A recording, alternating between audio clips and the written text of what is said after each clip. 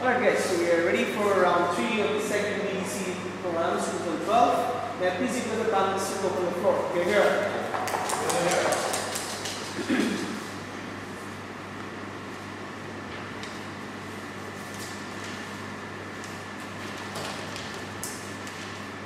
Thousands of people being displaced daily all around the world as a result of slight changes in the climate. People lose their homes, entire villages are wiped out year by year, the simple of the water levels increasing, and this is a direct result of reckless climate pollution that we've seen over the past 100 years in India.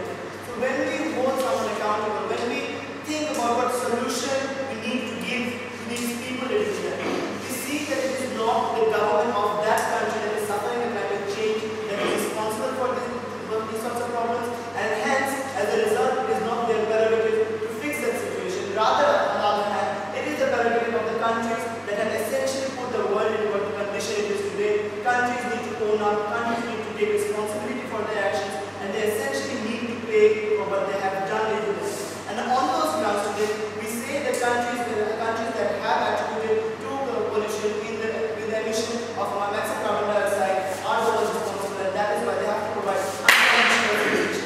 What essentially is important today? Essentially, we say that carbon dioxide right now, when we see that it is not the polluters of today that are the direct cause of the problems in rising sea level. We say that organic change in climate takes hundreds of years within there, and essentially the problems that we see right now are essentially the results of the past of countries that have polluted during the industrial age, countries that have rapidly polluted during and after the World War. And on these grounds, essentially we are not going to take the carbon emission of right now, we are going to take accumulated carbon emission, which is something we can do given the technology on our hands. We will take the accumulated carbon emission over the period of 100 years from now in the past. The second idea is that we say that these people will be given immediate citizenship without any questions asked. They will be issued passports, and they will have absolute rights as citizens of that particular country with all those particular countries that have caused this. And again, in what ratio that these citizens are allotted to each country are given by the amount of pollution that they have. For example, if the United States has done the most pollution, they will probably to grant the burden of refugees. If other countries have done less, they will have lesser amount of burden going by that. The amount of burden can be set from within the national bodies. We leave them up to that, what exact measures we have. We don't want to get into that particular way. So essentially, ladies and gentlemen, what are our arguments? First argument is the responsibility of citizens. Responsibility of these countries, why it is their prerogative, those countries' prerogative to give these people a home. Second argument is why the reward or remuneration for these activities has to be a citizenship and cannot be other monetary benefits or any other benefits that these countries are willing to provide. And the third idea is something that Shubha will talk about, how this actually applies a pressure on these governments in the long term to fix their attitudes towards climate change in general. Before I move on, yes. You talk about accumulated carbon emission. Don't you think it's unfair to burden countries who unknowingly polluted during industrialization? Yes. And now we realize the idea of carbon emission is not new. We say that the idea of carbon emission and pollution have been there for quite a long time. It's just that people's attitude to emissions has changed in the recent past. We say that people were always aware that this was a problem in India, but the science behind these essentials of combustion, of these essentials of burning in the first place are pretty old. The problem is, in general, the world did not accept that we need to change until we saw those results. So even though they did, they were aware of the consequences, they just didn't take it seriously enough, and they should be penalized for something, even if they did not think it through in general. Moving on to my essential idea, why is their responsibility? First of all, as I've already told you, that they have done it recklessly over the past hundreds of years, even when international bodies have tried to stop. You see, essential countries include the United States, England, China, Europe and China. Even after the Copenhagen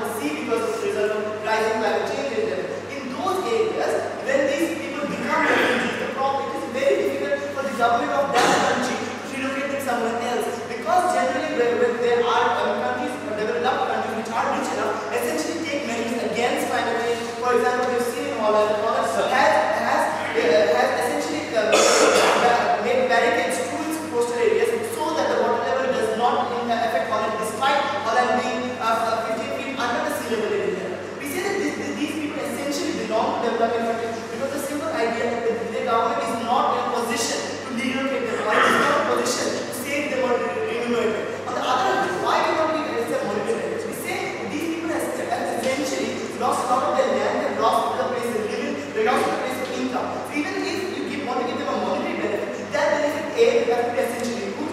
Second, it will not guarantee them anything, because again they will have to relocate in that single country which is already probably very congested, something which we see in our coastal areas, because the city water line coming inward. We say a lot of people will have to relocate inside the country of Bangladesh, which is already very cramped. So we say that monetary or other benefits will not help people properly enough, which is why we need essentially passports for these people. And why again? Why do we not keep them as refugees?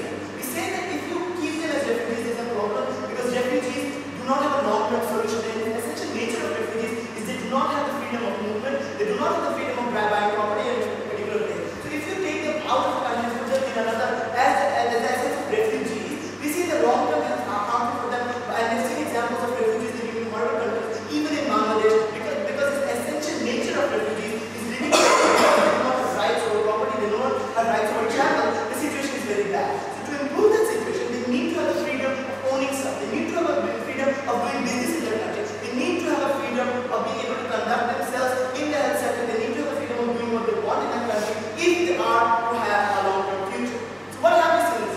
We have seen that we are finally having a method by which we can hold people who have wronged the environment in the past. We're finally having a method that finally does justice to unknown people who live on these coastal lands and are out of our home right now. Thank you.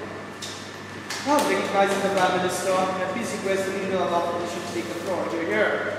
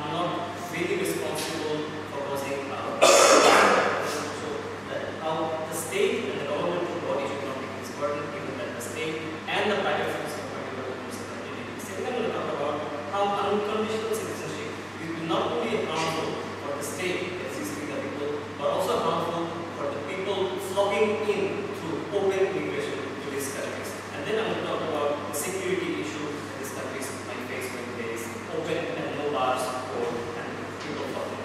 Before that, some developments. The Senate has given a model that they will be calculating the cumulative level of carbon dioxide emission over a period.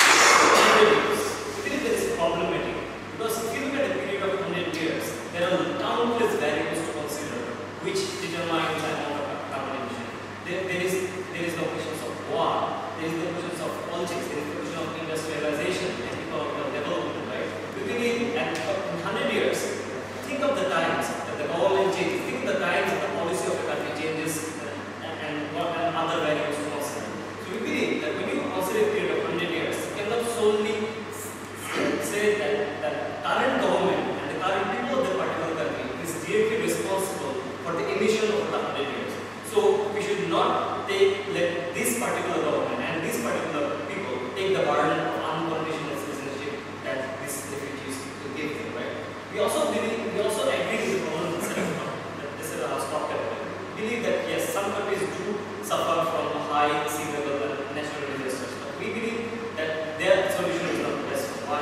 Because periodic checks and balances begin with conflict. If you look at international bodies such as IMF and World Bank, they provide aids to the proximity countries of the particular disaster-prone areas to actually take in refugees. For example, if you look at the example of Bangladesh, right? World Bank has dealt with them that if you take in Rohingya refugees and give them shelter, right? We will deal with you, we will facilitate our deal with you even more, right? We believe that this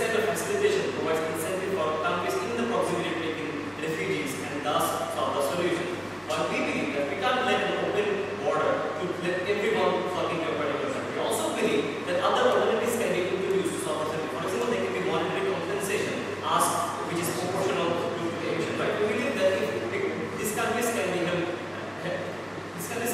responsible to provide aid to a particular target disaster country. And what is the benefit of aid? When there is aid, there is no other related stakeholders not taking it. We will suffer when there will be unlimited number of refugees talking that particular country. Aid will be directed to this disaster area. So we can actually use that aid to shift location within that particular country where disaster is not as prevalent. The money to build their own houses to actually have to go to school and so on, right? We believe that when a country is disaster prone, the whole country is not disaster prone. There can be shifting of location within the particular country.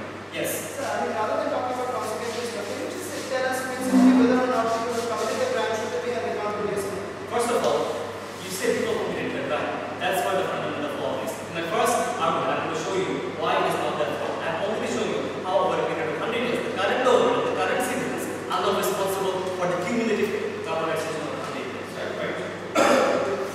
So, we also believe that there's also the point that there is not refugees. Keeping them as refugees is also a very good model. Why? Because when you keep them in refugee camps, they are safe and secure from the harms of, I don't know, social class or cultural differences, right? They're safe from escaping from a particular, I don't know, taking up the job of particular citizens. And the beautiful thing about refugee camps is when the country is destabilized, when there is less disaster, they can be sent back to either their country or other countries to actually lighten their burden. The movement of my first perspective was about why this country is not taking it. And we should not take the burden. We believe that more carbon dioxide emission means more industrialization, right? We believe that a country does industrialization for the benefit of its own economy.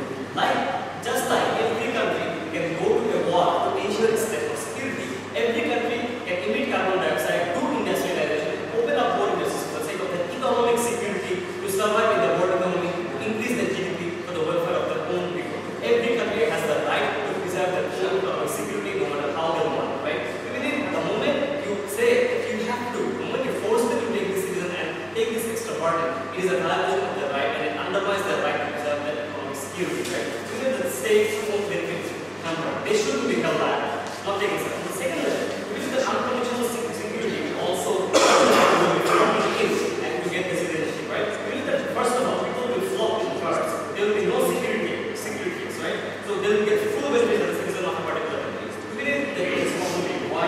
Because not only it encourages unwilling participants, but people who did not suffer from disaster directly. Because when I'll say that my relative in that particular region, just because it's disaster prone, got a free ticket to USA, right? So since I'm in the same country, I can actually make a fake thing and actually go into the country, right? So for the person of getting the benefits, there will be indecent benefits going into there. And furthermore, we will the game to this impunity. Because when the indirect stakeholders will see that other direct stakeholders are getting an advantage, right? They will try to move in. And as a result, there will be flocks and flocks of people going into the particular country, right? Non-genuine people, they're going in just for the person of their own country, given that they will suffer from the primary disaster in the first place. I mean, there is a problem. Why? Because they will, first of all, when more people will be going in and be the citizens and enjoy the benefits of the particular country, right? I mean, there is unfair because one, they are not the original citizens.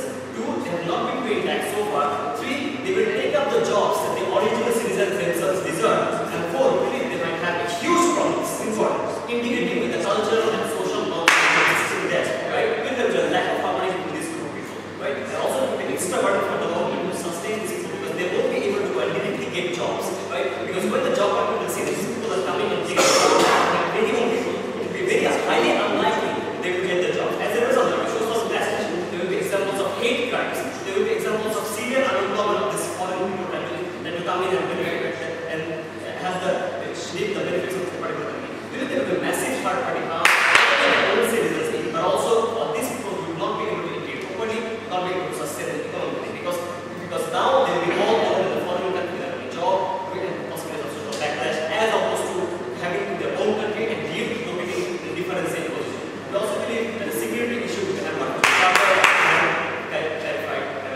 Thank you. I'll recognize the legal opposition. May I please request the Deputy Prime Minister to take the floor. Bring her.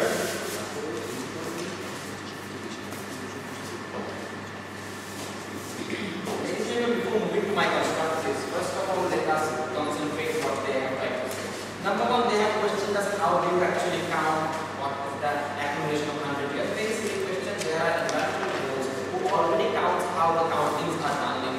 It's based on the industrial production, the total industrial production, and the means of doing the next step. And it's easily calculatable that if you put 1 kilogram of this product through this measure, what is the total carbon emission? It's invalid. Second question is, how is it valid for some country which actually emitted some amount of carbon back in 1950s and paying for them right now? Interestingly, those countries who actually participated and created the industrial revolution are still the countries who are doing it. Number one. Number two, even if you call countries like China who are recently doing the arms, they will be number one, will remain in the list of the countries who are among the highest polluters. And second of all, countries who have left those things for what we want to say is we have seen other countries paying for their forefathers sin.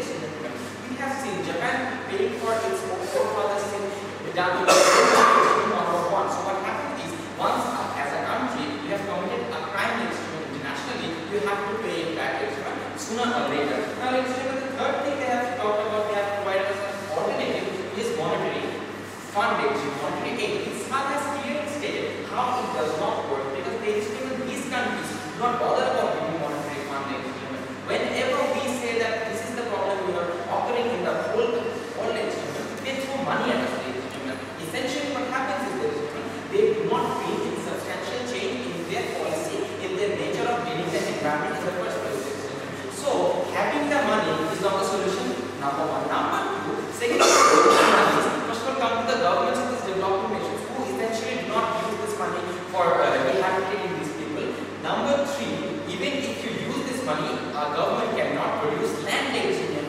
In countries like Bangladesh, in 10 years when we have the coastal area, we will reduce to 10 or 20% development. We will see we will run out of land, and then no matter what amount of money you throw at our face, there is development, it won't increase the amount of land development. Number three, they will show us how the right to economic security is a fundamental right for a country. Right now, if my economic security is ensured by planting a bomb on my neighbor country, ladies and gentlemen, that isn't fair. Let me tell you why. Only because I'm powerful, I cannot suppress my neighbor countries. The same thing happens in environmental case, ladies and gentlemen. Only because my own group, I am careless for my neighboring countries, ladies and gentlemen, and I am in my crime. This is as simple as waging a war in the United States of America. The last thing they came up was immigrants, ladies and gentlemen. They first of all said they are kind of fake immigrants. We say countries like United States of America, United Kingdom, already makes several layers of check and balance to ensure who is a fake immigrant, who is not, who deserves a visa, who does not. That background check is already available, so this point also does not stand. And number two, they have said that these people won't be properly mixed up, there will be racial issues, ladies and gentlemen. These countries already take cosmopolitan immigrants from different countries, ladies and gentlemen. United States of America, United Kingdom, China, these are countries where from the whole world actually comes and stays, ladies and gentlemen, only because those people who you are responsible for being refugees, you are actually responsible. Those people coming in will actually spoil the whole situation. We do not believe so, ladies and gentlemen. Yes? So it's a blatant mischaracterization of the refugee problem, because there are much more people outcasted from their land because of natural disasters than there are because of climate change. Ladies and gentlemen, if that climate change has something to do with what I have done or what the developing nations or those countries have done, then very much essentially I have something to do with those refugees as well. That is the first principle stated by South today. Now what I am going to talk about is the solution for environment. Ladies and gentlemen, our policy actually essentially gives a solution to the environmental problem. How?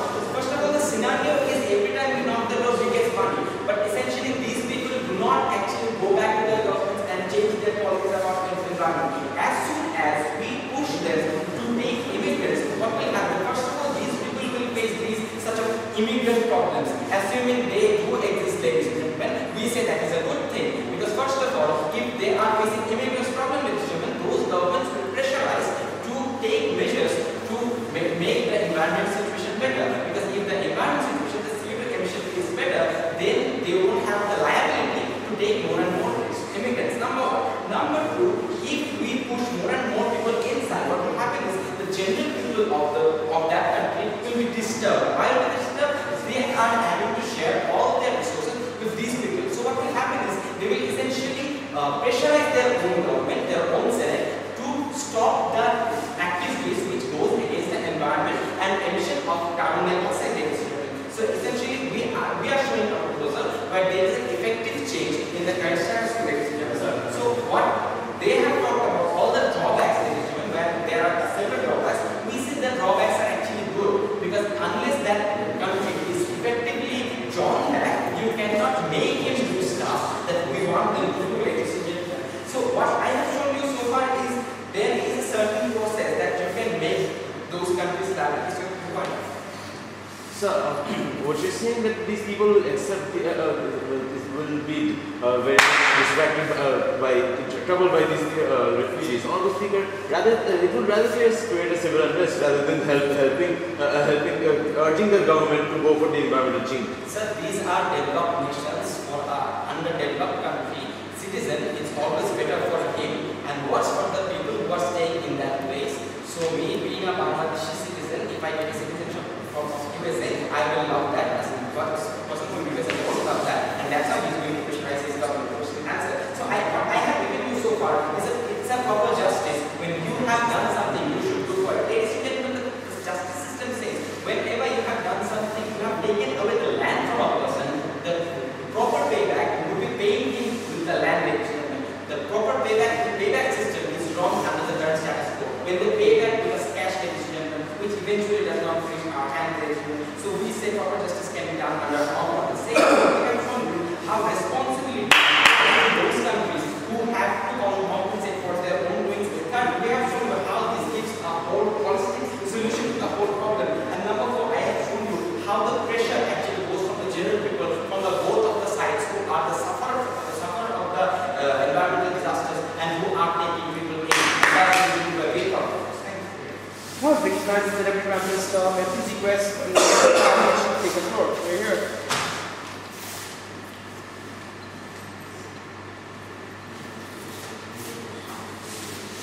Here.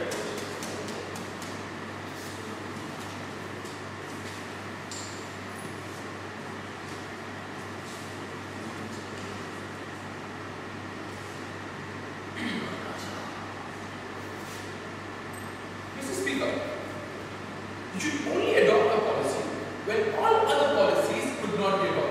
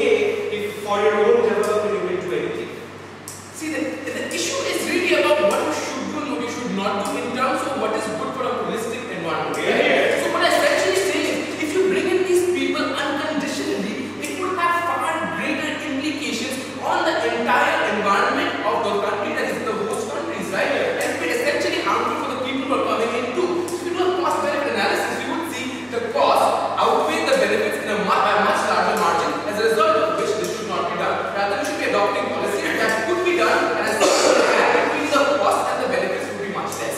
Right? I've done my rebuttal.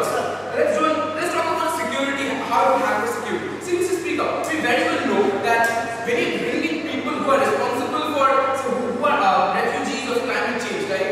You don't really identify who's responsible for climate change, right? See, this is a big country. It's not about Bangladesh. People living in the south are refugees. People living in the north don't necessarily are. So these people would not know how to do so. As a result, see, when these people come in, what essentially happens, these are people coming in from different environments, from different cultural and socio-economic conditions. The reintegration of these people would be very, very difficult. It even leaves room for unwanted, unsocial elements, even terrorist elements coming in, right? Because you would never really know. Since you're in unconditional citizenship, the entire policy, the entire measures of visa checking and the medical checking and the screening that is done really takes a backseat, right? Because the only criteria here is, this or is he not a climate refugee? And when that happens, we believe the integration would be a bigger problem. There would be hate crimes, the social harmony for which these people are well known to be, right? Social harmony would be disrupted. As such, security of these host countries would take a brunt. As a result of which, not only the host countries' people, but also people coming in would suffer. On feasibility, I've already told you how you really can't be identified as people, right? On a second level, how many people do you take in? For how long do you take in? Is this really the permanent solution? Does it solve the problem of climate change? Does it really help the entire situation? All of these answers have gone, how are these questions gone unanswered? For all those reasons, given you believe you should be in the debate. Thank you very much. This we come to the end of the opening half. Now may I please request the member of government to take the floor.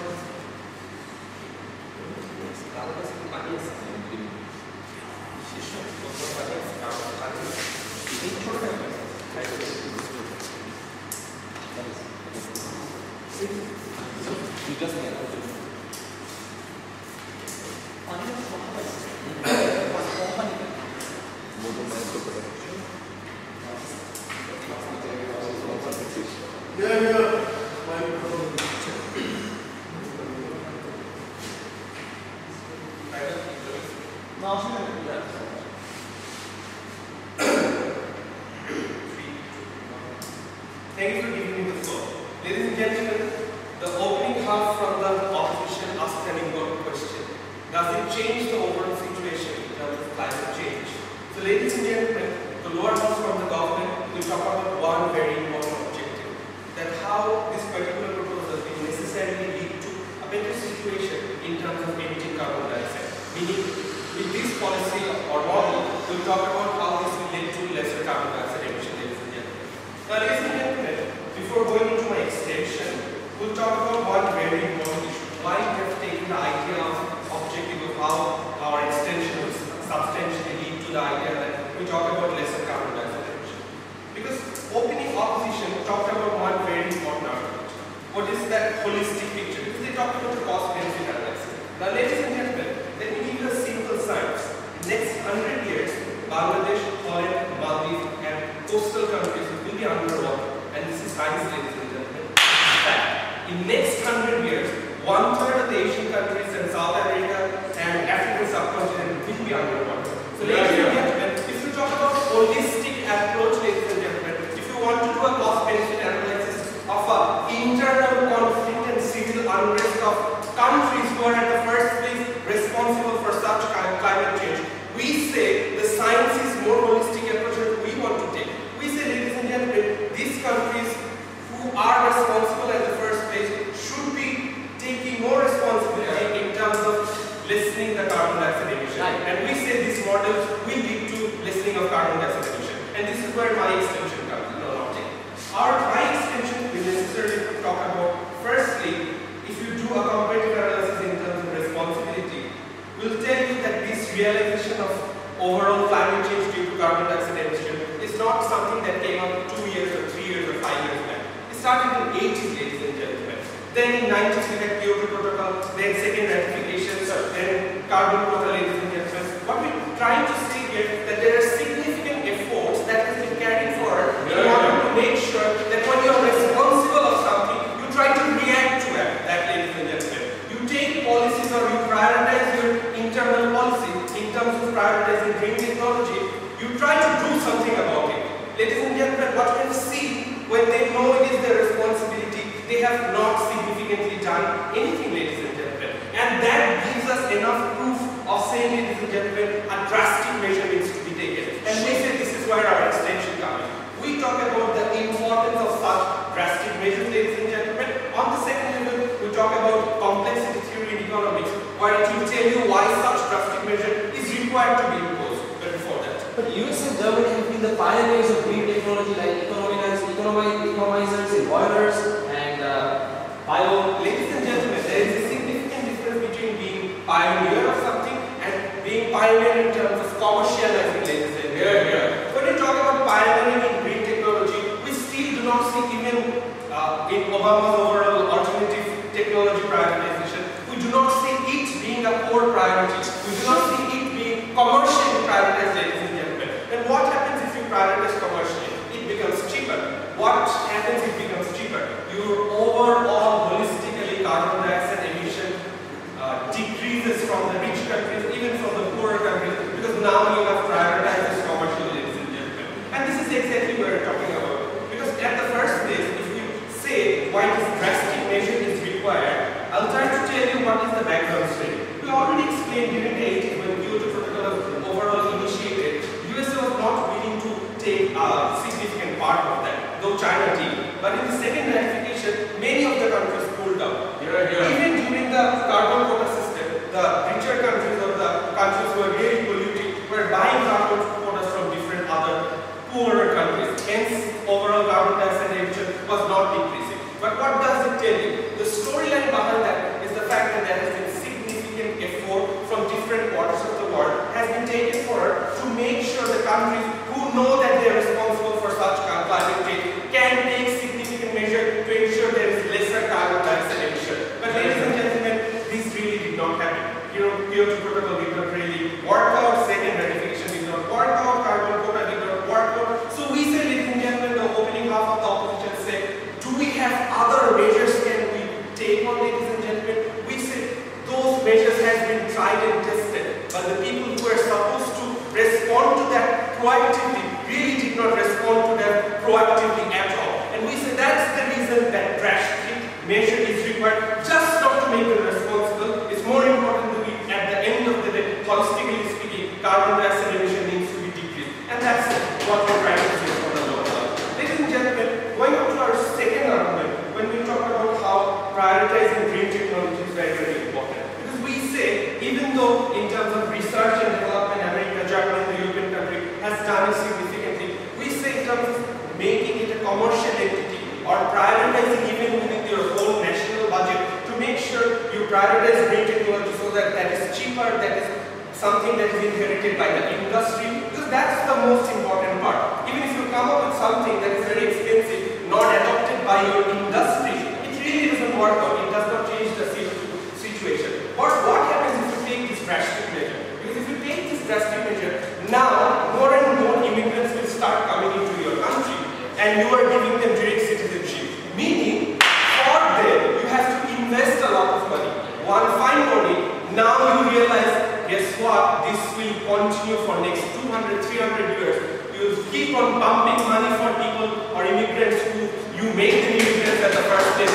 Then you start prioritizing in green technology, ladies and gentlemen. Because that's the understanding of realization. We say that drastic measure is required to make sure that realization. And this is where simply the complexity theory comes in. Because it says, ladies and gentlemen, that whenever you work in a particular system or in a society, you are dealing with an issue. If you want to really deal with that issue, that has many other aspects within the society. For example, if you want to make a garments industry, water treatment is very important. In many cases, really people did not care about it. Government intervened and said, in Vietnam and China, you know what, if you want to have an industry, you need to have a garment space industry, you need to have a water treatment plant. What does it tell you? You do something, you become responsible, you are responsible in the first place, but you're not doing anything proactively. Complexity theory says someone should do something drastically to make sure you do something about it. And we say in this particular case, CO2 emission reduction is the core thing, and that drastic measure is required because other things really important. Well, recognizing the member of government, may I please request the member of opposition to take the floor? Here. Okay.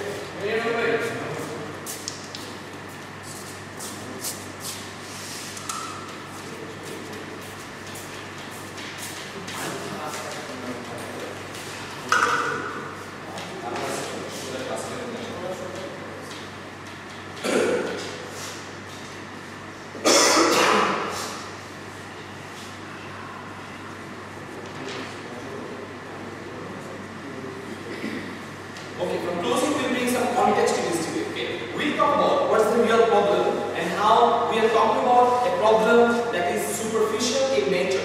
The real problem is emission, and we'll tell you how to solve it. Nine sort of touched on it, but all he said was Kyoto did not work. The United States should therefore, United States / other industrialized nations should therefore take more responsibility. And how can we take drastic action?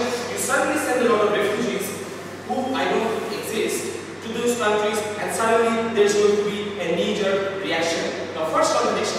Nine says, in another 20 years, there's going to be a lot of chaos, a lot of refugees will be created, right? So the next 20 years, you still wait for the knee-jerk reaction to start. So I think that's a flawed assumption that the knee-jerk reaction can start now. I think that's fundamentally flawed. When I started debating that 8 years back, I heard in 2015, Maldives is going to be underwater. Bullocks. I don't think the West is so foolish that the more and more industrialization is happening towards the east, Bangladesh is getting so many garments industry, Bangladesh is industrializing like crazy, exporting products to the West. I don't think West is foolish enough to assume that all these countries will be underwater and they're still investing this money. I think that's another flawed assumption. Yeah. I think the idea, the mischaracterization of refugees has been a big problem from both sides of the government, right? So they tell you that refugees, I mean, who are refugees?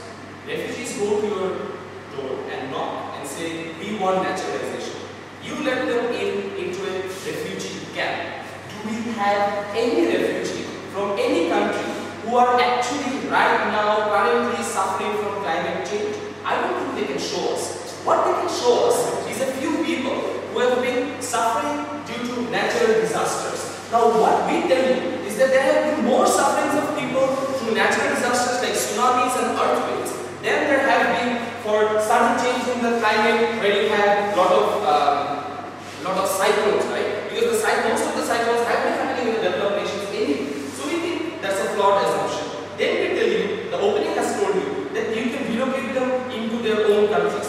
We from the closing further tell you that it is a better idea to relocate them into the neighboring countries than to send them to Western country, right? Because if you look at the Palestinian refugees in Jordan, you see how they're much better integrated with the society as opposed to Indonesian refugees in Australia, right? So we see, being Arabs, they have been able to integrate more within Jordan, and I think that kind of concept should be put. The next idea is about accumulated carbon emission, right? So we see, even though the idea comes from the 80s, the Renaissance started much before the 80s, right? And that's when the first industrialization started. And then, how did they react is the question both sides ask. We think that the USA and Australia did not sign the Kyoto Protocol, and they reacted in a far more serious way with further debate and discourse on the issue than China did.